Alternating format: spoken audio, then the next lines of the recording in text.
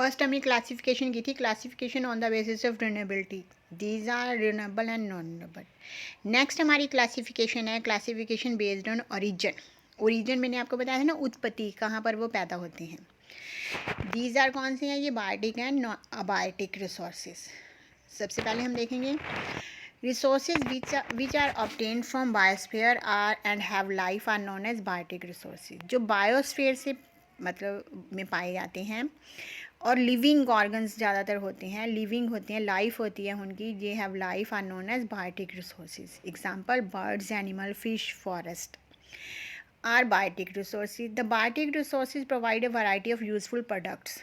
जो biotic resources हैं वो क्या देते हैं हम लोगों को, यूजफुल प्रोडक्ट, जिन प्रोडक्ट्स को हम यूज़ करते हैं। They have the capacity to reproduce and regenerate. उनके पास क्या कैपेसिटी होती है बेटी, वो रिप्रोड्यूस करते हैं और रीजनरेट करते हैं। रिप्रोड्यूस एंड रीजनरेट जो है वो उनकी मेन कैपेसिटी मानी जाती है। All biotic resources are renewable, सभी बायोटिक रिसोर्सेज होते हैं जो रिन्यूएबल होते हैं, but some take a long period of time to be renewed. For example the forest. कुछ रिसोर्सेज ऐसे हैं जिनको बनने में बहुत टाइम लग जाता है, जैसे रिसोर्सेज फॉरेस्ट है। जैसे अगर हम एक पेड़ काट देते हैं बेटे, अगर हम पेड़ दूसरा उसकी जगह पौधा लगाते हैं तो उसको पेड़ बढ़ने में बहुत टाइम लग जाता है। All non living resources are known as abiotic resources. सभी जितने नॉन लिविंग रिसोर्सेज हैं वो अबायोटिक रिसोर्सेज हैं। For example land, water, minerals. The abiotic resources are not renewable exempt water which is inexhaustible. कहते हैं ये जो होते हैं वो नॉन रिन्यूएबल होते हैं सिर्फ पानी को छोड़कर। These resources are in great demand for the development of various industries and agriculture। ये सभी resources की बहुत डिमांड होती है, कहाँ पर, इंडस्ट्रीज़ में भी और एग्रीकल्चर में भी। किसी भी देश के विकास में अबायोटिक रिसोर्सेज की बहुत ही ज़्यादा नीड होती है। क्लियर हुआ बेटा ये। नेक्स्ट है हमारा classification on the basis of occurrence. किसके द्वारा बनाए, किसने अक्यूरेट किया उनको, किसने कौन सी है। Resources available from nature in the form of water, mineral, forest are used by human being to satisfy their needs are known as natural resources।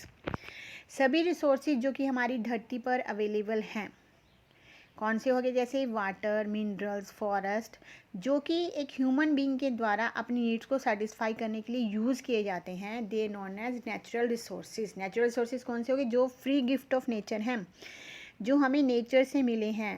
कौन सी फॉर्म में, वाटर, मिनरल्स और फॉरेस्ट की फॉर्म में, और जो मैन के द्वारा use किए जाते हैं, they are called natural resources. Many of these resources are essential for the survival of human beings. कहते बहुत सारे ऐसे रिसोर्सेज हैं जो कि ह्यूमन बींग को सर्वाइव करने के लिए बहुत ज़रूरी हैं, and form the base of development of a country, और एक देश के विकास के लिए भी जो बहुत ही इंपॉर्टेंस रखते हैं। उसके बाद नेक्स्ट है बेटे हमारा resources created by human beings to satisfy their needs are known as man made resources. वो रिसोर्सेज जो ह्यूमन जो है वो अपनी नीड्स को सेटिस्फाई करने के लिए जिन रिसोर्सेज को क्रिएट करता है, बनाता है, they are known as man made resources. For example roads, building, machines. These resources are essential for us but they are also developed from natural resources। ये resources भी हमारे लिए बहुत ही ज़्यादा essential है, बहुत ही ज़्यादा ज़रूरी हैं, लेकिन ये क्या होते हैं बेटे, they are also developed from nature resources. वो नेचर से जो होते हैं वो डिवेल्प होते हैं। The quality and the quantity of people of a country determine its human resources. किसी भी देश की जो पॉपुलेशन है उसकी क्वालिटी और क्वांटिटी जो है वो ह्यूमन रिसोर्सेज को डिटरमाइन करती है। Healthy and well educated people contribute to their respective societies in positive ways. अगर किसी देश के लोग जो हैं वो हेल्दी हैं और पढ़े लिखे हैं तो वो क्या करते हैं, किसी सोसाइटी को पॉजिटिव वे में लेके जाते हैं, उसको प्रोग्रेस की तरफ लेके जाते हैं। malnutrition and illiterate people on the other hand can not contribute much to their respective societies. अगर malnutrition यानी कि जिनको अल्पोषित हैं, अच्छा भोजन नहीं मिल रहा, बीमार लोग हैं, अनपढ़ लोग हैं, कहते वो देश के लिए इतना, सोसाइटी के लिए इतना जो है वो कंट्रीब्यूशन नहीं कर पाते जितने कि हेल्दी और वेल एजुकेटेड पीपल करते हैं। ये ह्यूमन स्किल की बात होगी ना, ह्यूमन मैन की बात होगी ना, they are also called resources, human man are also called resources.